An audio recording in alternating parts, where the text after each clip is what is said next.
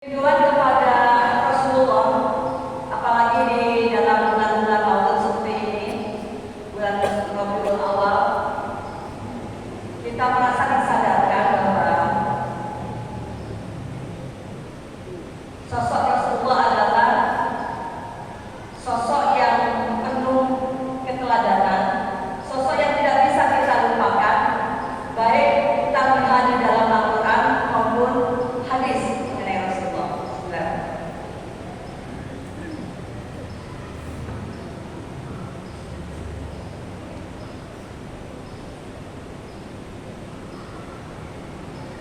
Rindu Rasulullah oleh Mas Firman. Di ufuk langit cahaya itu pernah bersinar. Seorang insan teladan mulia, uswatun hasanah, petunjuk jiwa. Dialah Muhammad sallallahu alaihi wasallam, rahmat bagi semesta. Sesungguhnya telah ada pada Rasulullah itu suri teladan yang baik. Begitu firman Allah dalam Al-Quran surat Al-Ahzab surat yang ke-33 ayat 21. Teladan bagi yang berharap rahmat Allah dan hari pertemuan di akhir zaman.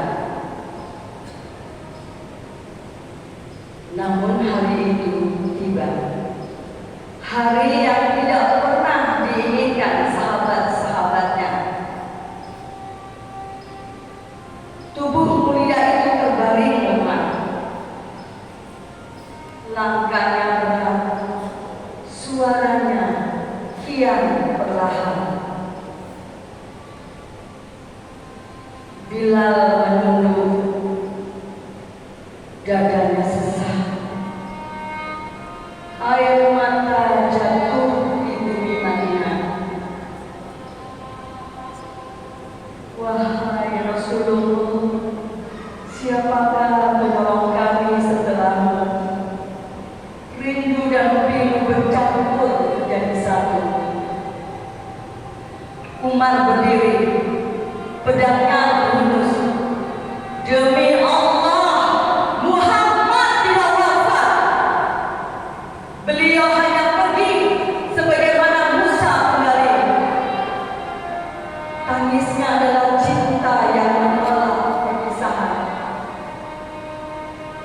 Lalu Abu Bakar datang.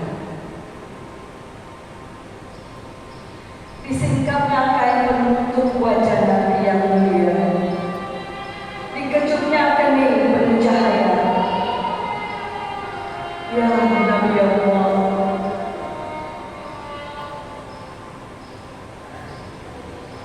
Engkau indah dalam hidupmu dan indah pula dalam wafatmu, ya Rasulullah. Kemudian ayat itu ia bacakan, Al-Quran surat Ali Imran ayat yang ke-140, menggema di Masjid Nabawi. Muhammad hanyalah seorang Rasul. Sungguh telah berlalu Rasul-Rasul sebelum beliau. Apakah jika ia wafat atau dibunuh, kalian akan kembali ke belakang?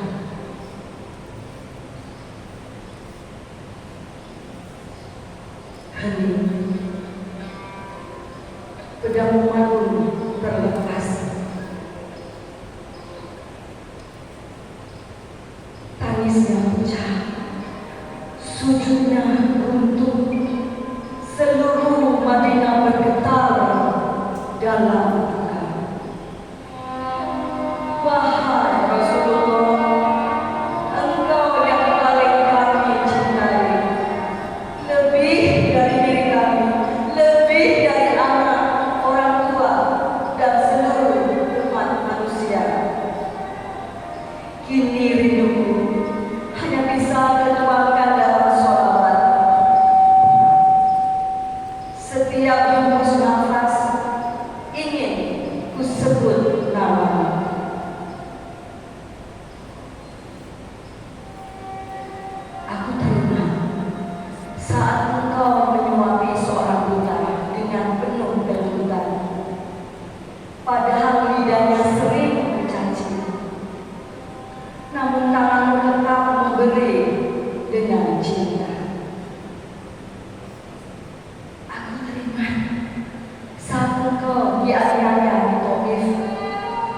badanmu adalah, namun doamu bukan kutukan, melainkan harapan hidayah bagi mereka. Aku teringat saat engkau lapar, namun tetap berbagi roti untuk tetangga Yahudi. Saat engkau dicaci, namun doamu tetap, ya Allah, berilah petunjuk bagi kaummu, karena mereka tidak tahu. Wahai Rasulullah, engkaulah teladan sejati. Engkau hidup untuk umatmu. Engkau wafat pun menyebut ummati, umatku. Maka biarlah rinduku bukan sekedar air mata, tapi amal nyata meneladanimu hingga kelak aku bisa berkata, ya Allah, aku telah berusaha hidup dengan sunnahnya, maka izinkan kami semua ini yang berada di Masjid Agung Darussalam dipertemukan dengannya di Telaga Al-Kautsar di bawah naungan kasih-Mu. Allahu Akbar. Allahu Akbar.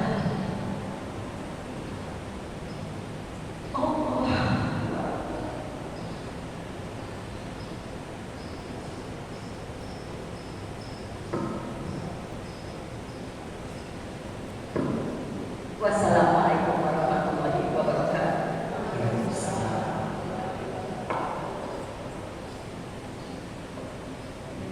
Subhanallah, puisinya ada yang nangis kan?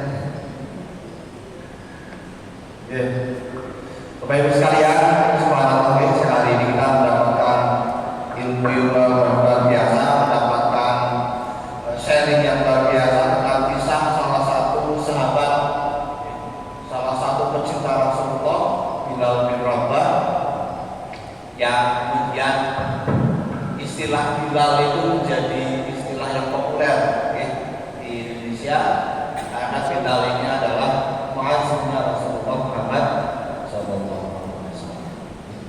Baik, Bapak Ibu sekalian, kita masih ada waktu, tidak bisa sharing, ya, baik bisa bertanya, nanti Bapak juga boleh, ya, di sini yang banyak bisa bertanya, ya, langsungkan jadi nanti bertanya kepada Ustaz Saiful Kiwalam atau Bunda Aneke, mungkin nanti ditujukan kepada siapa. Ya. Bapak Ibu, untuk yang pertama tiga penanya putri, ibu-ibu, satu penanya bapak. Satu, ada Bu? Tidak harus bertanya, mungkin pengalaman juga boleh, ya, tentang apa? Rindu Rasul boleh. Ya. Satu, bapak-bapak, untuk Pak. Bapak ada yang penanya, ada orang satu, ya. Ibu satu, jangan lagi Bu. Ayo Bu, satu Bu, ngajar ini. Beliau ini bisa hadir di Promotor di Purbalingga. Satu, ada lagi, dua, nah, ada lagi, satu lagi, tiga nama. Nah, dulu ya nanti ditunggu yang duanya. Kok boleh berdiri atau ya dua apa? Nama dari mana biar kalah. Bismillahirrahmanirrahim. Assalamualaikum warahmatullahi wabarakatuh. Waalaikumsalam warahmatullahi wabarakatuh. Perkenalkan, nama saya Mimin dari Singkatan. Yang mau saya tanya Ustaz, bagaimana sikap kita, cara kita mencintai Rasulullah bisa di era dan negara yang saat ini keadaannya. Terima kasih. Wassalamualaikum warahmatullahi wabarakatuh. Waalaikumsalam. Bagaimana mencintai Rasulullah di zaman kondisi atau zaman sekarang ini? Yang kedua sekalian untuk nama dan dari mana? Kenalan. Tadi Bubin ya, Bubin.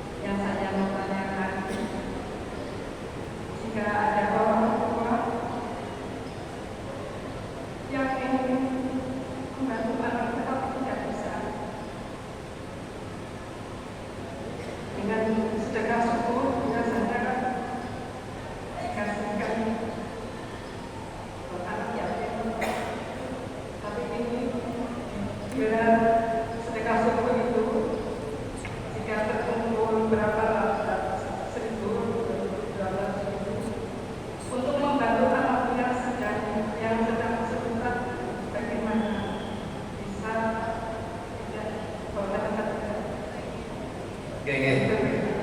tentang sedekah ini, mata nuwun Ibu. Waduh, jualan Ibu. Bapak Pak. Waduh. Bapak ada yang mau bertanya Bapak? Oh, benar. Berarti yang jualan ini untuk ibu-ibu. Kok ada jualan Ibu? Ada. Pak Jumawan Bu. Tadi tentang bagaimana mencintai Rasulullah di zaman kondisi hari ini, yang harus tentang sedekah gitu ya. Sedekah subuh gitu ke orang tua, untuk anak atau yatim ya. Monggo Bu. Jauh. Terima kasih. Assalamualaikum warahmatullahi wabarakatuh. Ya, terima kasih. Nama saya Ibu Eni dari Banyumas. Oke. Saya dari Banyumas. Alhamdulillah, selamat datang kepada Mbak Putri. Saya hanya ingin bertanya saja, bagaimana perasaan Mbak Putri, Mbak Nika Putri ini yang kemarin-kemarin itu kan menjadi seorang aktris.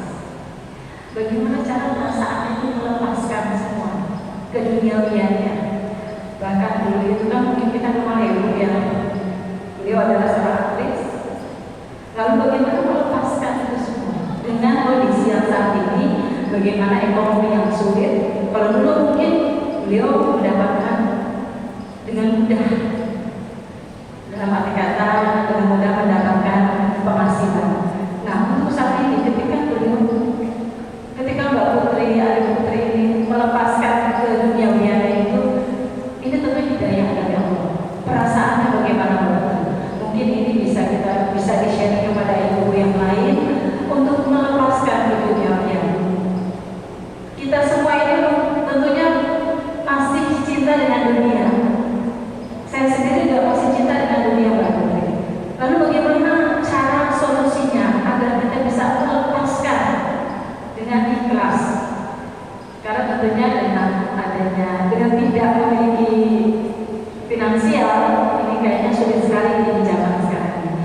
Mungkin itu saja yang saya tanyakan, bagaimana perasaan Mbak Nika Putri setelah kemarin itu menjadi seorang aktris dan sekarang menjadi masyarakat biasa. Itu saja. Terima kasih. Mbak Nika Putri. Wassalamualaikum warahmatullahi wabarakatuh. Waalaikumsalam. Untuk satu lagi Bu, ada Pak catat untuk ibu-ibu, karena bapak-bapak ini kayak bertanya. Satu lagi Bu, Pak, ada? Halo? Oke, berarti tidak dulu ya. Monggo Ustaz Saiful atau langsung undangan itu terkait dengan yang pertama itu bagaimana mencintai Rasulullah di zaman kekinian, yaitu kondisi hari ini lah sebenarnya. Yang kedua tentang sedekah subuh, membantu untuk anak atau anak yatim. Yang ketiga bagaimana perasaannya Bunda Aneka dengan artis yang terkenal, namanya di banyak film kayak Ridwan sampai TV ya. Nah itu setelah kemudian hari ini ataupun sudah tidak lagi menjadi aktris, nah itu bagaimana perasaan ataupun menyikapinya gitu. Monggo Bunda Aneka dan Ustaz Saiful. Bismillahirrahmanirrahim. Yang pertama adalah ini yang saya rangkum yang mulia. Bagaimana mencintai Rasulullah untuk saat kondisi saat ini kekinian.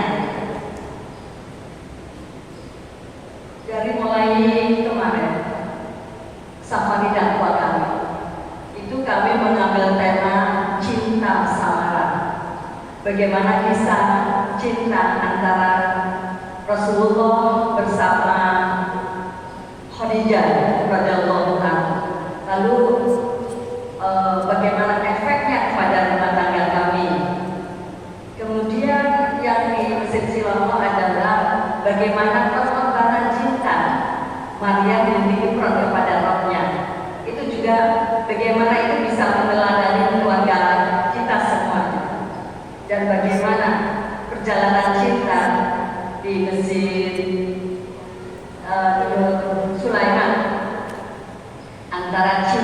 Ali bin Abi Thalib dan Fatimah Az-Zahra binti Muhammad sampai ke kampung akhirat. Cinta ini dibawa ke kampung akhirat. Jadi kalau kita mau meneladani Rasulullah, sebetulnya banyak banget yang bisa kita contoh dari istri-istri beliau, di samping Khadijah dan Aisyah dan sebagainya. Kemudian dari putri beliau, bahkan tidak hanya Fatimah Az-Zahra, putri beliau, putri Abu Bakar yang yang mendapat julukan mempunyai 2 sabuk karena membawa racun buat bapaknya yang menemani Rasulullah waktu itu di Gua Hiro. Perjalanannya tidak memakai onta, tidak memakai kuda, apalagi pakai pesawat ya. Ya, itu bagaimana pengorbanan seorang wanita. Kalau kita yang pernah pergi umroh atau haji, kita akan melihat Gua Hiro itu tinggi sekali.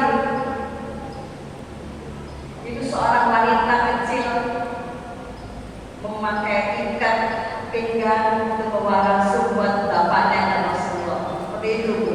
Jadi apa koneksinya dengan keadaan kita sekarang? Contoh saja dengan rumah tangga Rasulullah dengan Bunda Khadijah. Bunda Khadijah itu mungkin bisa menjawab pertanyaan yang ketiga. Bunda Khadijah itu adalah orang yang paling kaya di seluruh Jazirah Arab pada waktu itu. Dan ketika melihat amanah yang diberikan kepada Rasulullah, tidak ada khalifah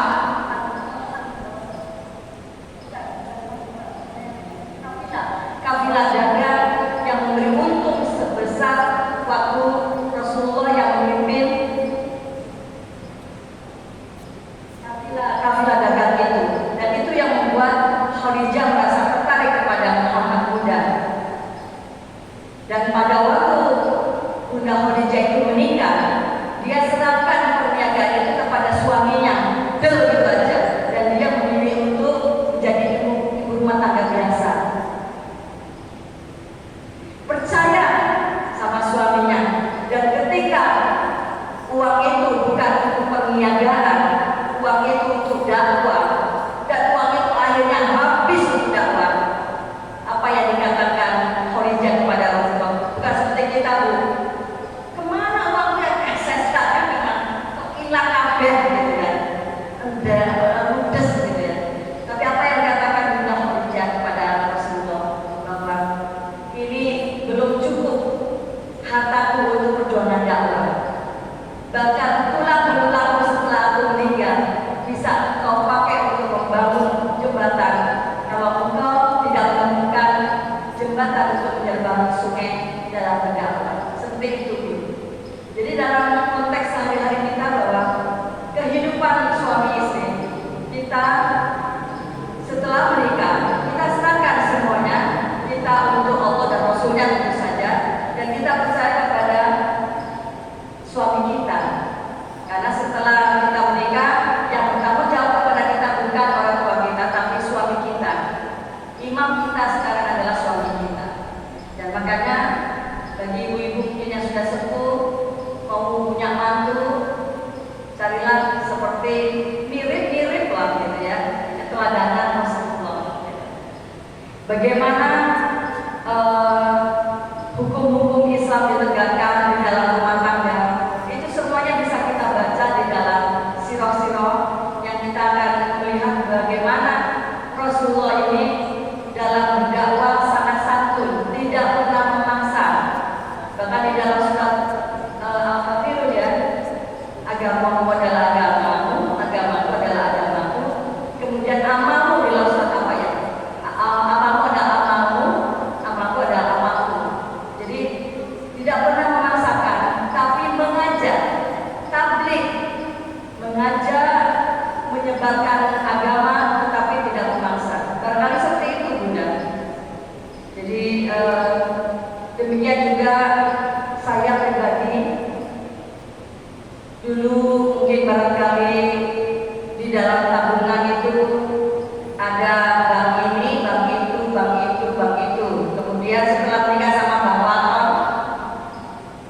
Iya, pelan-pelan bank yang saya punya itu saya serahkan semuanya kepada beliau.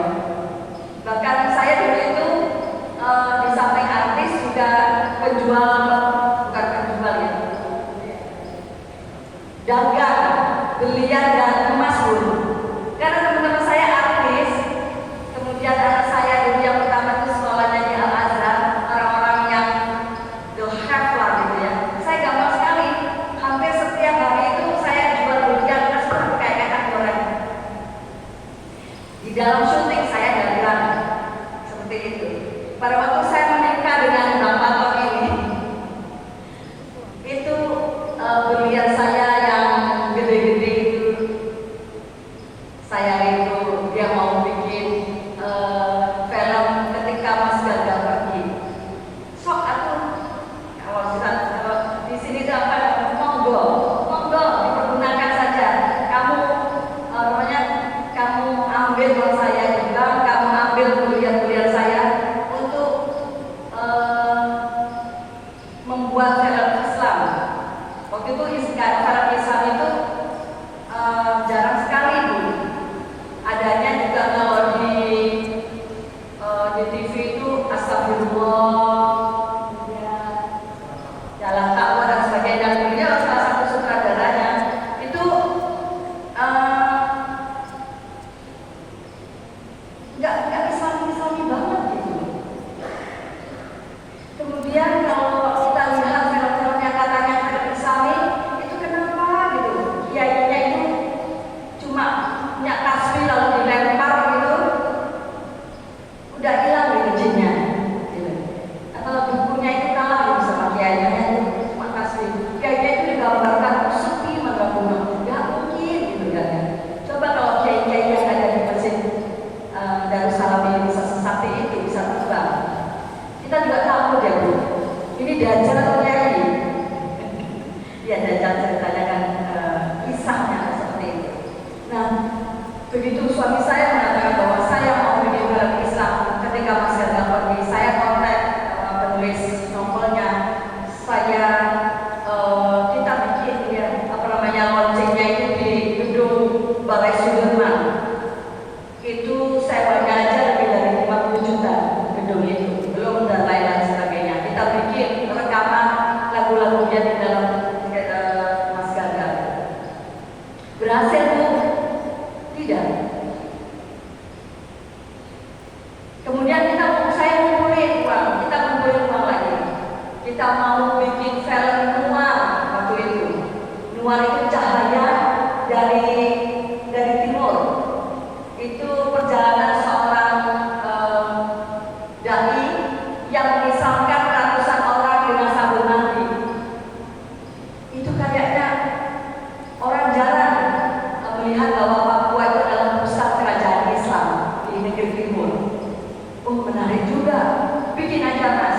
Biayanya dari mana? Gak usah pikirin biaya, pakai bank jendela bawah itu. Jadi seperti itu Bunda. Sampai akhirnya kita yang biasa saya di tabungan di dalam tabungan itu ratusan juta, di dalam dompet itu merah, sekarang jadi abu-abu. Itu kami jalani dengan ikhlas. Karena apa? Suami saya misalnya dakwah melalui film, dakwah safari dakwah seperti ini baru-baru saja kita kerjasama dengan masjid-masjid taklim seperti Angola untuk melakukan safari dakwah seperti ini. Jadi kalau saya masih punya uang, saya akan bikin film lagi. Kalau enggak, hilang uangnya enggak apa-apa. Tapi mudah-mudahan itu bisa membuat suami saya bisa dakwah melalui kesenian, bisa dakwah melalui film. Itu mungkin suami saya itu memang gironya itu ada di penyutradaraan, karena beliau adalah memang sarjana seni dari penyutradaraan. Jadi memang hidupnya itu untuk film, untuk kesenian, untuk seni Islam dan sebagainya. Kemudian yang pertanyaan yang kedua Ibu, apakah kita boleh mengumpulkan uang untuk sedekah subuh untuk anak yatim? Insya Allah itu setiap Jumat mengadakan nasi berkat Jumat. Kita bikin nasi berkat Jumat itu hampir 100-an setiap hari, setiap Jumat, bahkan lebih kalau kita dari masjid ke masjid. Dan itu sasaran kami adalah para pekerja jalanan, para pengangguran, orang-orang sepuh yang tinggal anaknya pergi ke luar negeri tapi tidak pernah anaknya ngirim uang kepada ibunya, tapi dititip cucunya. Kemudian juga terutama anak-anak yatim. Itu kita sisir, kita punya daftar data lengkap. Kemudian setahun 2 kali kita mengadakan perayaan anak yatim. Bukan satu anak yatim, tapi perayaan anak yatim. Kita bahagiakan anak-anak yatim seperti mereka ulang tahun semuanya. Bukan sekedar santunan kita kasih uang dalam amplop, tapi mereka seperti ulang tahun. Mereka datang dapat goodie bags, mereka datang dapat hadiah, mereka datang dapat baju baru dan sebagainya. Kita adakan seperti itu setiap tahun 2 kali setahun. Itu Bu, mudah-mudahan apa yang Ibu upayakan bersama teman-teman yang misalnya itu bisa berhasil insyaallah. Baik ya, saya tambahkan sedikit bahwa yang paling utama adalah niatnya. Jadi nama dulu dunia. Kalau kita sudah punya niat, maka segala sesuatunya itu hanya kehendak Allah. Kita tanam niat aja sebetulnya sudah cukup. Berhasil atau tidaknya itu sudah Allah yang menentukan. Artinya kalau Allah ingin kita berhasil, sebetulnya upaya semudah itu. Gak ada yang sulit buat Allah. Jadi kalau saya berdua istri membangun film Islam, kemudian gagal beberapa kali, itu buat kita nggak punya niat mundur karena memang kita dari awal niatnya lillah. Saya ingin menyampaikan risalah dakwah itu lewat film, tetapi pada saat itu ternyata Allah belum izinkan. Maka cara terbaik adalah lewat seperti ini. Ini adalah salah satu risalah bahwa setiap diri manusia harus punya kewajiban untuk menyampaikan satu kebaikan.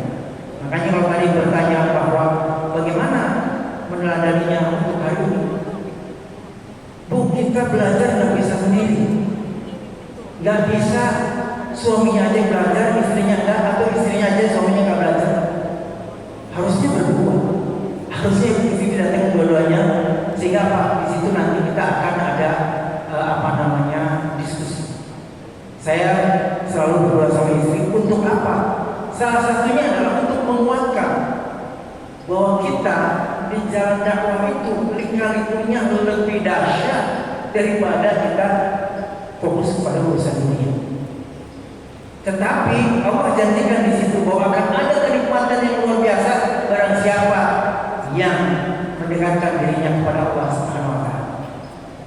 Jadi sekalipun kita meninggalkan dunia, saya yakin 100% bahwa Allah itu akan memberikan rezeki kepada kita. Kalau tadi ibu ada yang bertanya, ya meninggal dunia mati dong ya. Ya jadi kalau tadi kita di awal-awal itu barangkali cari uang tidak bisa dengan mudah. Buat saya sekarang tinggal paradigmanya. Kita punya uang banyak tidak bersyukur, atau kita punya uang sedikit banyak syukur. Mending mana? Mending mana? Mending banyak syukur ya Bu. Iya, mending banyak syukur. Tapi kalau Allah menentukan salah satu, maka kita akan pilih apa? Sedikit banyak syukur. Kenapa? Karena tidak semua keinginan kita dijawab oleh Allah pada saat itu. Allah biasanya akan tunda nanti di akhir nanti akan Allah bangunkan surga atau istana untuk segala keinginan yang kau inginkan, maka Allah bangunkan istana. Itu yang harus kita yakini. Jadi teladan Rasulullah itu banyak sekali. Cuman permasalahannya adalah kita mau nggak datang ke majelis taklim seperti ini. Kecuali kita mau baca buku. Karena kalau kita baca buku kita akan mendapatkan ilmu di situ. Kalau kita malas baca buku, datang ke kajian-kajian ilmu, yang insya Allah Ustaz akan menyampaikan satu hal yang sangat positif. Yang kedua adalah bagaimana mengalaminya saat ini. Baca Quran. Baca Quran dengan terjemahan. Kenapa? Karena di dalam Quran itu ada ilmu yang tidak pernah kita tahu. Begitu kita baca, Allah berikan rahmat. Kalau kita mau mempelajari Al-Quran, maka Allah akan mudahkan semuanya. Kata Allah apa? Lakot biasana.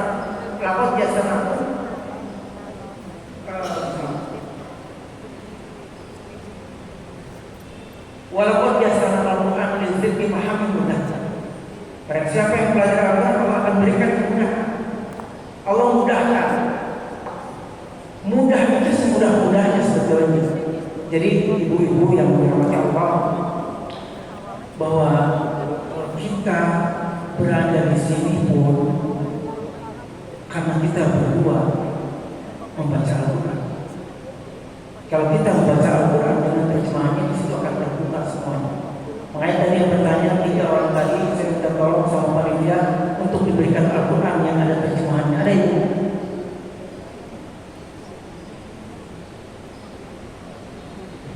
Oke, itu tolong buat yang tadi bertanya bertindak. Ini yang adalah ilmunya ilmu. Jadi kalau di rumah itu banyak buku, Al-Quran itu adalah sumber ilmu. Yang minimal kita tahu arti surat Al-Fatihah itu apa, minimal tahu. Yang sudah sana banyak ya. Syukur-syukur tahu artinya.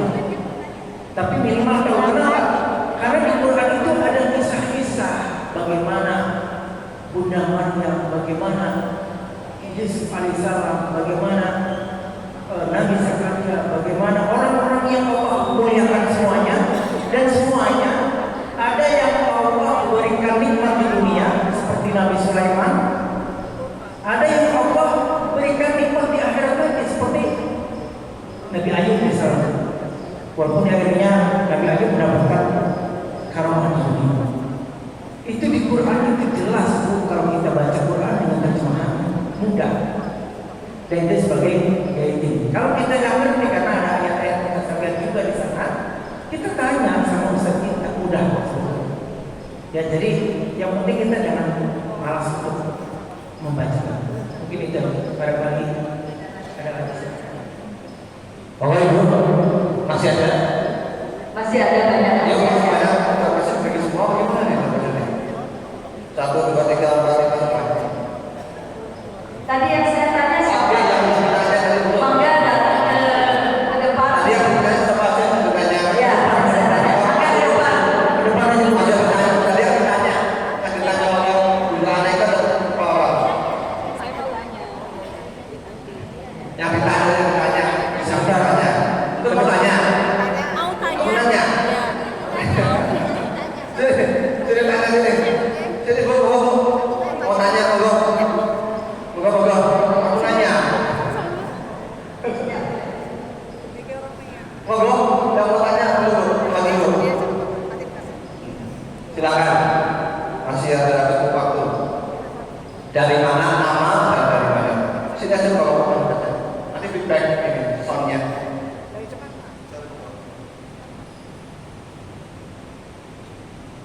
Assalamualaikum warahmatullahi wabarakatuh.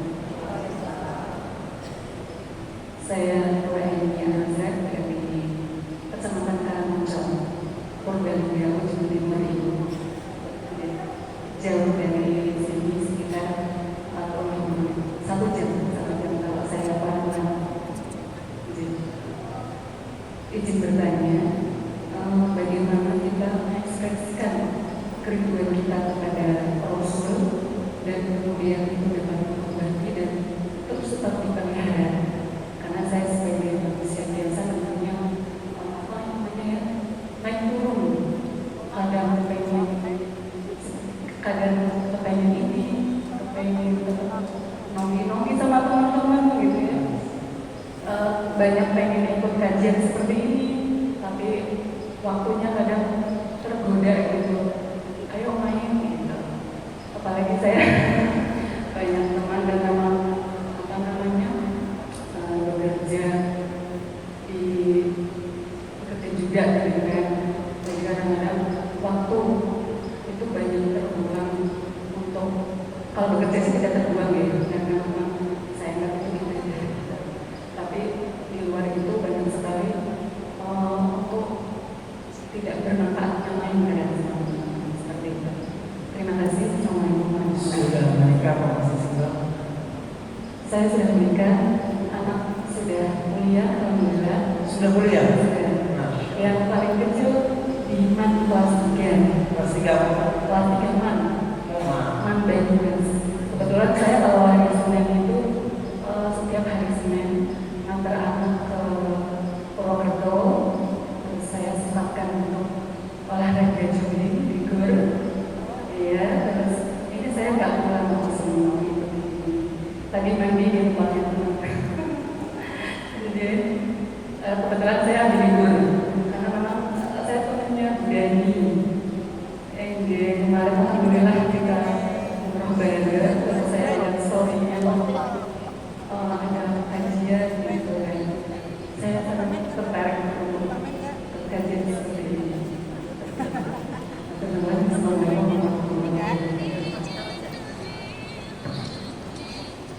Ada monggo. Ada lagi? Masih cukup waktunya ada lagi Bu, selain Bu Nur Aini ya. Monggo Bu. Pakai mic, enggak Bu. Maju nomor itu.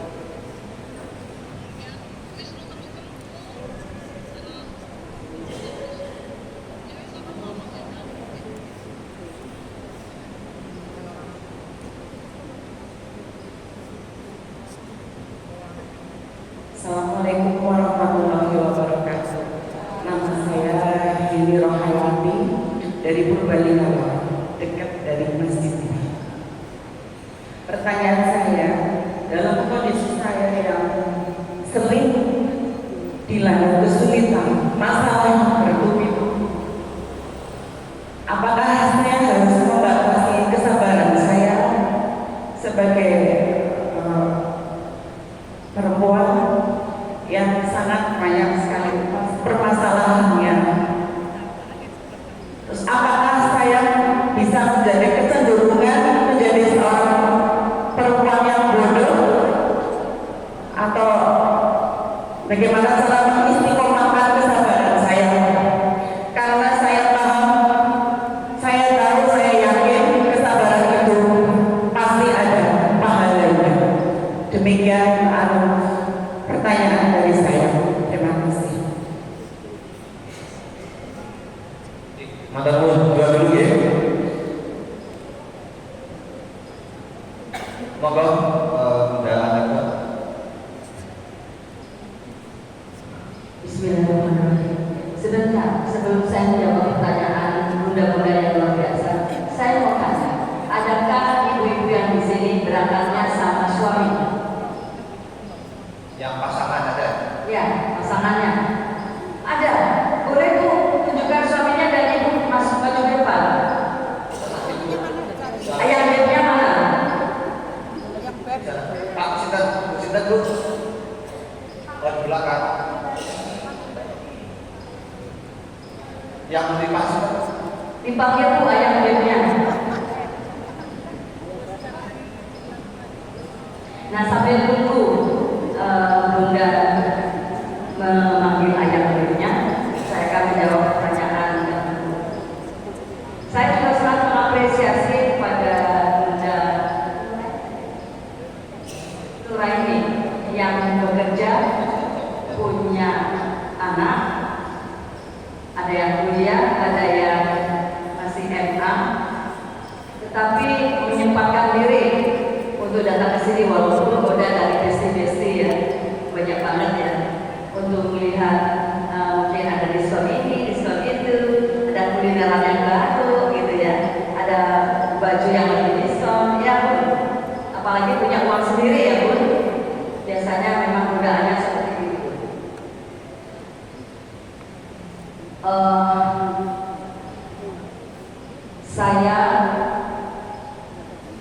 pernah bekerja. Suami saya juga bekerja. Waktu itu saya artis, suami saya sutradara. Saya itu menyempatkan diri setelah syuting, walaupun sebetulnya kalau setelah syuting capek itu enaknya tiduran dosor gitu ya, untuk memulihkan tenaga untuk syuting besok. Tapi saya memasak, kemudian saya bawa anak-anak saya bawa makanan yang saya masak, saya nengokin suami yang sedang syuting. Dilalap di sana itu, suami saya dikelilingi bintang-bintang cantik.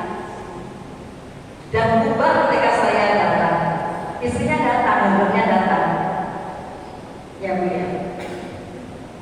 Dan itu yang bisa saya lakukan untuk menguatkan cinta kami. Kalau saya biarkan, suami saya kan umatnya Rasulullah, panutannya Rasulullah, biarin dan dikelilingin makhluk-makhluk cantik, saya yakin dia bisa tahan.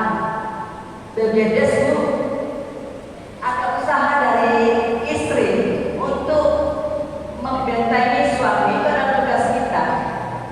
Jadi jangan biarkan suami kita melawan kesendirian godaan. Demikian juga suami saya memprotek saya kaya raya, kemudian dapat uangnya kayak simsalabim muncul terus gitu. Kemudian dikelilingi juga cowok-cowok cakep, lebih muda, gitu ya, lebih punya nama dan sebagainya. Dan itu suami saya bukan ngeliatin nomor-nomor HP saya, bukan ngeliatin HP saya, bukan. Tapi dia selalu memberikan saya kedamaian. Kemudian dia selalu menegur saya kalau saya sholatnya agak telat dan sebagainya.